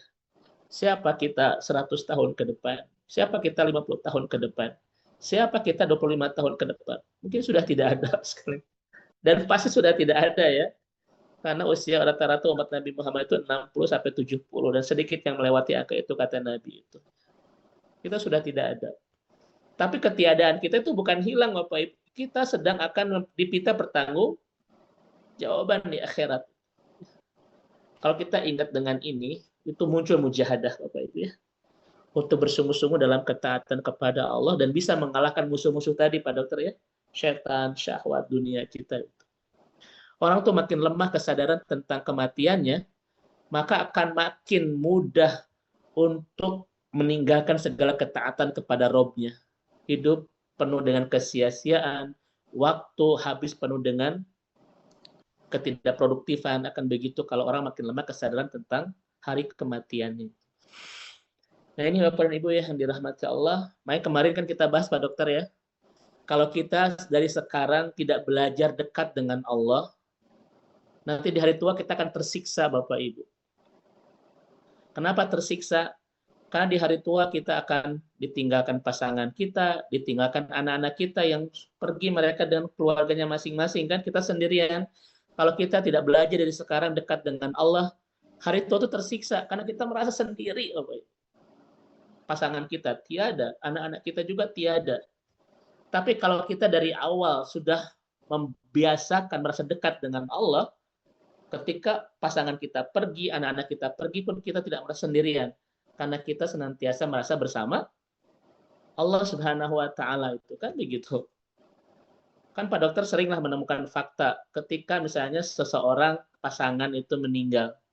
Kadang pasangan yang ditinggalkan itu kan sakit-sakitan Pak Dokter ya gitu ya. Kadang malah sedih, tidak bisa move on Bapak Ibu ya begitu ya. Kenapa? Karena tidak terbiasa sendirian gitu. Ya, tidak biasa ditinggalkan. Tapi kalau dari awal kita senantiasa merasa dekat dengan Allah, ketika pasangan kita meninggalkan, anak-anak kita meninggalkan, kita tidak merasa sendirian, ada Allah bersama kita. Ini kan kemarin kita bahas begitu. Nah sekarang Bapak dan Ibu sekalian, kita punya jadwal kepulangan. Ini mudah-mudahan menjadi pemicu kita untuk membangun mujahadah dalam ketaatan kepada Allah Subhanahu wa Ta'ala. Baik, karena waktu terakhir Bapak dan Ibu sekalian, yang bisa membantu kita untuk bermujahadah kepada Allah adalah, nah ini Bapak Ibu, su'udzon bin nafsi. Ini saya percepat ya. Terus menuduh diri kita itu masih belum soleh. Menuduh diri kita masih belum takwa. Namanya su'udzon bin nafsi. Boleh kita bersu'udzon, Ibu Bapak? Boleh bersu'udzon? Ini boleh yang ini. Harus, tapi ke diri sendiri. Ya. Yang tidak boleh itu su'udzon kepada orang lain. Makanya Ustadz, apa dalilnya kita boleh bersuudzon ke diri sendiri? Doa Nabi Adam alaihissalam. Apa doanya Ibu Bapak Nabi Adam? Allahumma inni a'udzubika minal khubusi Rabbana zolamna anfusana Cuma doa Tuhan. wa tarhamna lanakuna. Rabbana dzalamna anfusana wa illam taghfir lana wa tarhamna. Itulah dalil. Kita harus senantiasa suudzon ke diri sendiri bahwa kita belum soleh, kita belum takwa, kita belum benar ibadah kita belum banyak amal soleh kita. Itu bangun Bapak Ibu. Maka akan muncul mujahadah, kesungguh-sungguhan kita dalam ketaatan kepada Allah itu. Tapi kalau sudah husnudzon bin nafsi, kalau kita sudah merasa lebih baik, bahkan lebih baik dari orang lain, Ustaz saya mah sudah soleh stadium 4, Ustaz saya mah sudah pasti ahli surga deh gitu. Kalau sudah begitu, maka akan hilang mujahadahnya dalam ketaatan kepada Allah. Nah, ini Bapak Ibu ya 3. cara kita untuk bisa membangun mujahadah. Satu, perbaiki sholat kita. Yang kedua, terus ingat tentang jadwal kematian kita. Dan yang ketiga, teruslah bersuudzon ke diri sendiri. 3 hal ini sangat efektif membangun mujahadah kepada Allah Subhanahu wa Ta'ala. Dan hikmah dari mujahadah itu ada 4. Satu, Bapak Ibu, kita mudah menundukkan hawa nafsu kita. Yang kedua, kita mudah membiasakan dalam ketaatan. 3, kita bisa menaklukkan setan. Dan yang keempat, kita senantiasa dalam kebaikan. Ya, inilah 4 poin buah kebaikan dari mujahadah yang kita laksanakan dalam ketaatan kepada Allah Subhanahu wa Ta'ala. 1, bisa menundukkan hawa nafsu. 2, membiasakan diri dalam ketaatan. 3, bisa menaklukkan syaitan. Dan keempat adalah kita bisa membangun kebiasaan dalam kebaikan. Barakallahu fiik, wallahu a'lam bishawab. Mohon maaf agak lama. Insyaallah, barakallahu fiik Pak Ustadz, kajian yang luar biasa. Melanjutkan tema kajian pekan lalu, terasa berat ya. Iya betul Pak Dokter. Membangun keikhlasan, membangun kesabaran yang kita hadapi. Tapi tadi Ustadz sudah sangat dalam menyampaikan mengenai hal-hal apa yang perlu kita lakukan ya dalam kaitan dengan bagaimana membangun mujahadah tersebut ya. Ya. Baik Bapak Ibu sekalian, mari kita masuk ke sesi diskusi. Sebelum memulai, izin ingin saya dengar Gurunda Profesor Heda Melinda. Prof Linda, damang Prof. Saya menyapa dulu Prof Linda. Sehat Prof? Mudah-mudahan nanti dengan Prof. Alhamdulillah, Dokter Wedi. Masya Allah. Dengar dari tadi. Prof? Masya Allah sudah rindu Prof. Rindu mau pergi jadi batal. Nggak tahu nih nanti sama. Iya, mudah-mudahan nanti bisa berangkat bareng lagi Prof. Ya, terima kasih loh Pak Ustadz Wedi. Keberkahan Prof. Ya, terima kasih ya Dokter Wedi. Sama-sama Prof. Ada yang disampaikan Prof? Enggak cukup, sudah. Siap. Oh iya, berarti kurangnya ini, kurangnya itu, gitu aja. Introspeksi diri Masya sendiri Allah. kita. Sama-sama. Saya reunian dengan Dokter Tasya Prof di Halifah. Iya, mangga. Iya, Masya barusan ya. Allah. Kata Dokter Tasya Prof sehat berkah alhamdulillah. Iya, ini juga lagi di rumah Dokter Tasya. Ya. Terima kasih Pak Ustadz Dedi, Dokter Wedi dan Salam fokus buat semuanya Prof. ya, bangga, nuhun, assalamualaikum. Waalaikumsalam. Baik Bapak Ibu, ini ada satu pertanyaan. Seperti biasa, saya menyapa Ibu Dewi. Assalamualaikum, Bu Dewi. Ibu Dewi Solehah. Waalaikumsalam. Mau disampaikan secara lisan atau mau dibacakan? Lisan saja. Dibacakan aja. Dibacakan siap. aja. Baik, dari Ibu Dewi, ini ada pertanyaan bagaimana agar bisa ikhlas dan kuat sabarnya dalam lingkungan yang toksik, ya tadi ya, dalam lingkungan yang toksik. Karena kita tidak bisa mengendalikan orang-orang yang buruk akhlaknya. Ya. Dipersilakan Ustaz. Baik, ada 2 tahap mungkin Pak Dokter ya. Sebetulnya kalau kita menemukan orang-orang yang perlu dapat suplai hidayah ya, diantaranya adalah lingkungan toksik itu kan orang-orang yang butuh hidayah sebetulnya Pak Dokter ya, Bu Dewi. Kita punya tugas yang sangat suci yang tidak Allah bebankan di umat-umat yang lain. Apa itu? Ta'muruna bil ma'ruf wa tanhauna 'anil munkar. Atau tawassaw bil haq, tawassaw bis sabr. Itu kewajiban setiap kita dengan sesama itu. Kita harus menebar kebaikan dan mencegah orang untuk berbuat keburukan, dan itu menjadi tugas kita yang dipandu oleh Al-Qur'an. Bahkan secara spesifik Allah mengatakan setiap kita harus watawassaw bil haq watawassaw bis sabr. Harus saling menasihati dalam kebaikan dan kesabaran. Jadi bukan kita harus sekedar bertahan, tetapi juga kita harus betul-betul bisa mengaruhi orang-orang yang butuh suplai hidayah dengan kebaikan demi kebaikan agar mereka mendapatkan hidayah dan masuk orbit-orbit kebaikan. Karena kita punya tugas dakwah Bapak Ibu sekalian ya. Makanya kata Ibnu Qayyim, Pak Dokter, yang tidak saya bahas di sini, salah satu bentuk mujahadah kepada Allah itu adalah dakwah. Kita berdakwah alal haq, mengajak orang dalam kebaikan. Itu bentuk mujahadah kita kepada Allah, mengajak orang di dalam kebaikan. Dan dakwah ini kan bukan kewajiban para ustadz saja, tapi kewajiban kita semua. mendakwahi orang-orang tercinta kita dan orang-orang yang ada di sekitar kehidupan kita untuk sama-sama masuk ke dalam orbit-orbit kebaikan. Dakwah kan tidak harus menjadi ustadz semua Bapak Ibu ya. Bahkan saya tidak mau Bapak Ibu jadi ustadz semuanya. Nanti jadwal saya berkurang. Kan gitu ya. Dibagi-bagi. Tetapi apapun posisi kita, itulah adalah modal dakwah kita untuk mengajak orang dalam kebaikan. Tidak harus semuanya naik mimbar, naik podium. Karena apa? Karena semua profesi kita pun bisa menjadi lahan dakwah kita, ya begitu.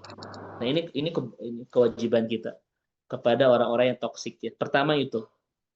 Yang kedua, ketika memang kita sudah memaksimalkan mengajak mereka dalam kebaikan, Pak Dokter, tetapi memang tidak ada perubahan karena Allah lah yang memiliki dan menggenggam hidayah itu, dan khawatir malah kita menjadi kotor hati ya, dan sebagainya. Kata Allah, wa'arid anil jahilin. Kita harus menghindari orang-orang toksik begitu. Itu kata Allah Subhanahu wa taala Bapak Ibu ya. Kita hindari itu. Kan khawatir kalau kita terus bersama, hati kita makin buruk ya. Kita makin mudah benci sama orang, kita makin lalai dengan Allah, kita makin mudah bergibah ya dan sebagainya. Maka kita jaga jarak. Wa'arid anil jahilin. Nah begitu. Nah itu dua kaidah Bu Dewi ya dalam berhadapan dengan orang-orang yang perlu suplai hidayah.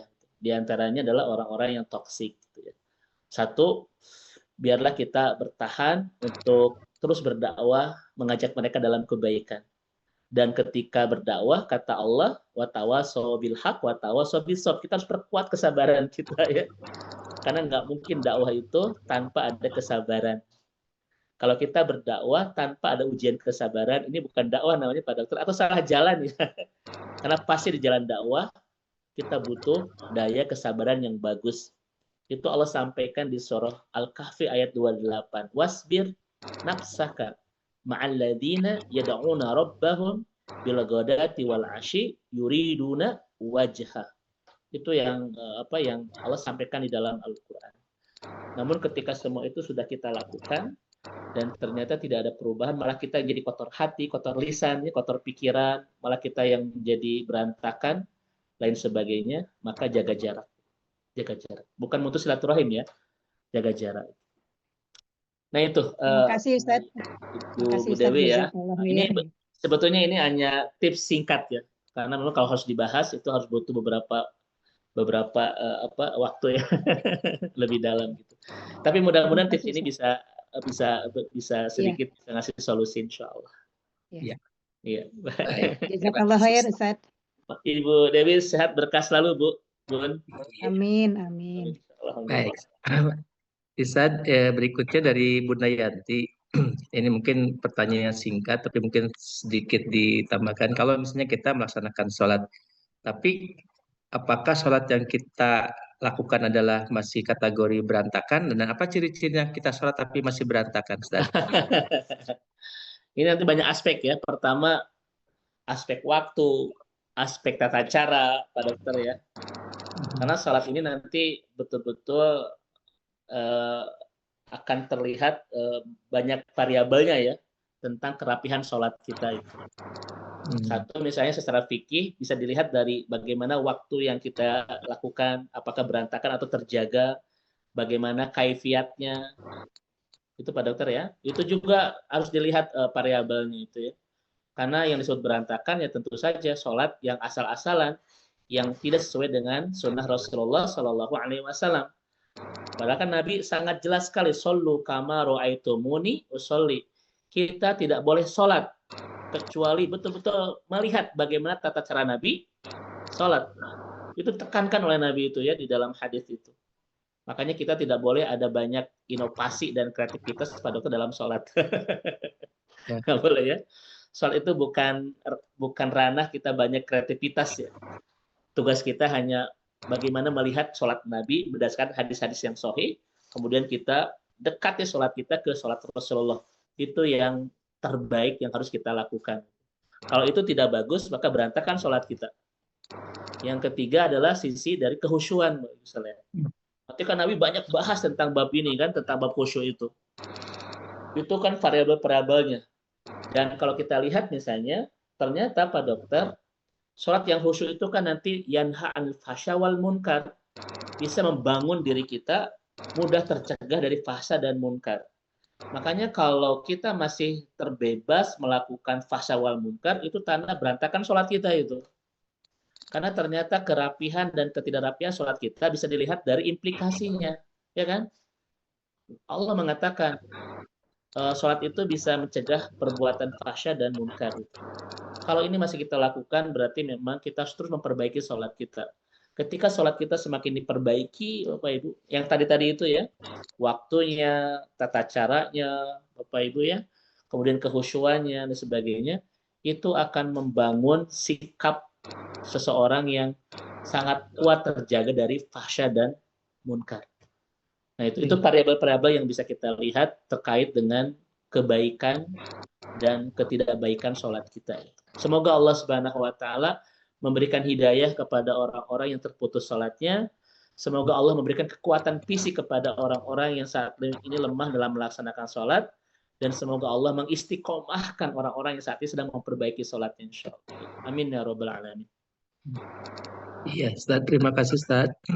Ustaz, izin Ustaz mau bertanya berkaitan dengan zikrul maut, Ustaz. Gimana Ustaz cara dan implementasinya Ustaz? Pelaksanaannya seperti apa? Baik, zikrul maut ini umum Bapak Ibu ya, Nabi sampaikan bahwa perbanyaklah kalian dzikra hadimin ladat, untuk mengingat pemutus segala kenikmatan di dunia, yaitu kematian. Implementasinya adalah kalimat dari Yahya bin Mu'az, bahwa usia kita ini sangat sebentar dan kita pasti akan punya jadwal kematian. Yang kata Allah, la yastakhiruna sa'atan wa la yastaqdimun, yang tidak akan bisa dipercepat dan diperlambat. Mau tidak mau, suka tidak suka, ridho tidak ridho, senang tidak senang, kalau sudah dijemput dengan kematian, kita tidak bisa menghindari. Dan setiap kita punya jadwal itu. Nah, itu implementasinya Pak Dokter ya. Setiap kita tidak akan pernah selamanya tinggal di dunia, karena setiap kita sudah punya jadwal kepulangan masing-masing. Kapan waktunya itu rahasia Allah, tapi semuanya punya. Dan saat ini kita sedang ada di daftar antrian kepulangan itu. Semuanya Bapak Ibu sekalian. Hari ini kita banyak menangisi kepergian orang-orang yang kita cinta, besok lusa mungkin orang-orang tercinta menangisi kepergian kita. Nah begitu. Kemudian apa harus kita lakukan Bapak Ibu? Tidak ada yang harus kita lakukan kecuali kalimat Nabi, sallu sholatan muwadda. Lakukan banyak kebaikan seakan-akan itu kebaikan-kebaikan terakhir kita itu. Ya, itu pesan Nabi kepada para sahabat, sallu sholatan muwadda. Ketika kita membangun ketaatan, harus punya perasaan bahwa inilah yang terakhir yang akan kita lakukan. Dan ternyata Pak Dokter, ketika kita menemukan kata terakhir, itu biasanya menjadi sesuatu yang sangat spesial. Saya tanya kepada Bapak Ibu, bagaimana kalau hari ini pertemuan terakhir kita? Saya yakin akan sangat sentimental Pak Dokter ya, mengharu biru, saling meluk, saling menangis, saling minta maaf. Karena kalimat terakhir itu betul-betul memberi kesan mendalam di perasaan kita. Dan Nabi mengajarkan kita membangun ketaatan apapun harus punya perasaan bahwa itu yang terakhir kita lakukan. Kenapa? Karena kesempatan kedua, kesempatan ketiga, dan keempat selalu menjebak kita dalam kelalaian. Nanti aya deui, aya deui. Nah itu tuh selalu menjebak kita dalam kelalaian Pak Dokter. Makanya Nabi membangun, sholatlah Anda seakan-akan itu sholat yang terakhir. Karena memang Bapak Ibu, detik-detik berikutnya itu milik Allah, bukan milik kita. Yang mungkin Allah tidak akan berikan kepada kita. Betul nggak? Begitu ya. Nah ini ya cara Bapak Ibu sekalian bagaimana kita ingat dengan kematian, yaitu merasakan bahwa semua ketaatan yang kita lakukan saat ini itulah adalah ketaatan-ketaatan terakhir kita. Agar muncul kemaksimalan, kesungguh-sungguhan dalam membangun semua ketaatan. Begitu. Iya. Itu mungkin Pak Dokter ya, singkat saja ya karena keterbatasan waktu. Iya, baik. Ustaz. Baik Ustaz, ini dua pertemuan yang sudah kita tuntaskan untuk tema ini. Untuk itu Ustaz dipersilakan untuk menyampaikan summary dan take home message-nya Ustaz. Baik Ibu dan Bapak, satu ya, bahwa membangun ketaatan kepada Allah rumusnya adalah mujahadah, sungguh-sungguh. Tidak boleh asal, tidak boleh leha-leha, tidak boleh main-main. Karena dalam hidup ini tidak ada kata main-main. karena semuanya akan ada hisabnya nanti di akhirat. Ya. Ustaz ada tambah heureuy, suka begitu kita Pak Dokter. Tidak ada kalimat tambah heureuy, tambah canda, karena semuanya akan ada hisabannya di sisi Allah Subhanahu wa taala. Maka rumus membangun ketaatan kepada Allah itu adalah rumusnya mujahadah, sungguh-sungguh. Apalagi kemarin kita bahas bahwa surga itu, kata Ibnu Mas'ud, adalah hal termahal. Maka kita harus beli dengan hal terbaik yang kita miliki. Karena surga, hal termahal itu tidak bisa kita beli dengan hal termurah yang kita miliki. Apalagi yang tersisa yang kita miliki. Waktu sisa, tenaga sisa, harta sisa, itu tidak bisa. Itu kalimat Ibnu Mas'ud. Karena sesuatu yang mahal hanya bisa dibeli dengan hal terbaik yang kita miliki. Berikan waktu terbaik, berikan tenaga terbaik, berikan harta terbaik untuk membeli surga itu. Apalagi qul thullatu minal awwalin wa qalilu minal akhirin. Jatah surga buat kita saat ini sudah sangat sedikit. Untuk mendapatkannya falyatanafasil mutanafisun. Kita harus berlomba-lomba Bapak Ibu. Kemudian kenapa kita harus bermujahadah dalam ketaatan ini? Karena kita berhadapan dengan 3 musuh yang akan menghentikan ketaatan kita. Syahwat kita, syaitan kita, dan dunia kita. Ini nggak mungkin bisa kita lawan, Bapak Ibu sekalian, kalau kita tidak bermujahadah, tidak bersungguh-sungguh bersama Allah Subhanahu wa taala. Dan 3 hal yang akan membuat kita bisa bersungguh-sungguh dalam ketaatan kepada Allah. 1, perkuat daya kesabaran. Caranya perbaiki sholat kita. Yang kedua, ingat terus dengan kematian kita. Semakin ingat dengan kematian, semakin akan sungguh-sungguh dalam ketaatan, kata Imam Al-Qurtubi. Dan yang terakhir adalah su'udon bin nafsi. Terus tuduh diri kita belum masih belum bagus keimanannya, ketaatannya, masih sedikit amal solehnya, masih banyak kemaksiatannya. Terus tuduh begitu, agar terus terbangun kesungguh-sungguhan dalam ketaatan kepada Allah. Kalau ini sudah terjadi, maka ada 4 kebaikan yang bisa kita dapatkan. 1, kita bisa mudah menundukkan hawa nafsu kita. Yang kedua, bisa menaklukkan syaitan kita. Yang ketiga, bisa membiasakan kita dalam ketaatan. Dan yang terakhir, kita senantiasa akan ada dalam kebaikan. Itu Pak Dokter mungkin 2 kajian kita di temuan ini. Wallahu a'lam bishawab. Insyaallah Ustadz, ilmu yang sangat luar biasa, sangat mendalam. Semoga Ustadz nanti diberikan keberkahan, keselamatan juga untuk kita yang mendengarkan, Ustadz bisa mendapatkan taufik hidayahnya dan istiqomah dalam menjalankan setiap amalan ibadah yang kita akan lakukan. Amin. Baik Bapak Ibu sekalian, Ustadz izin saya tutup kajian sore hari ini dengan membaca hamdalah bersama. Alhamdulillah. Amin. Kafaratul majlis. Subhanakallahumma wa bihamdika asyhadu an la ilaha illa anta astaghfiruka wa atubu ilaik.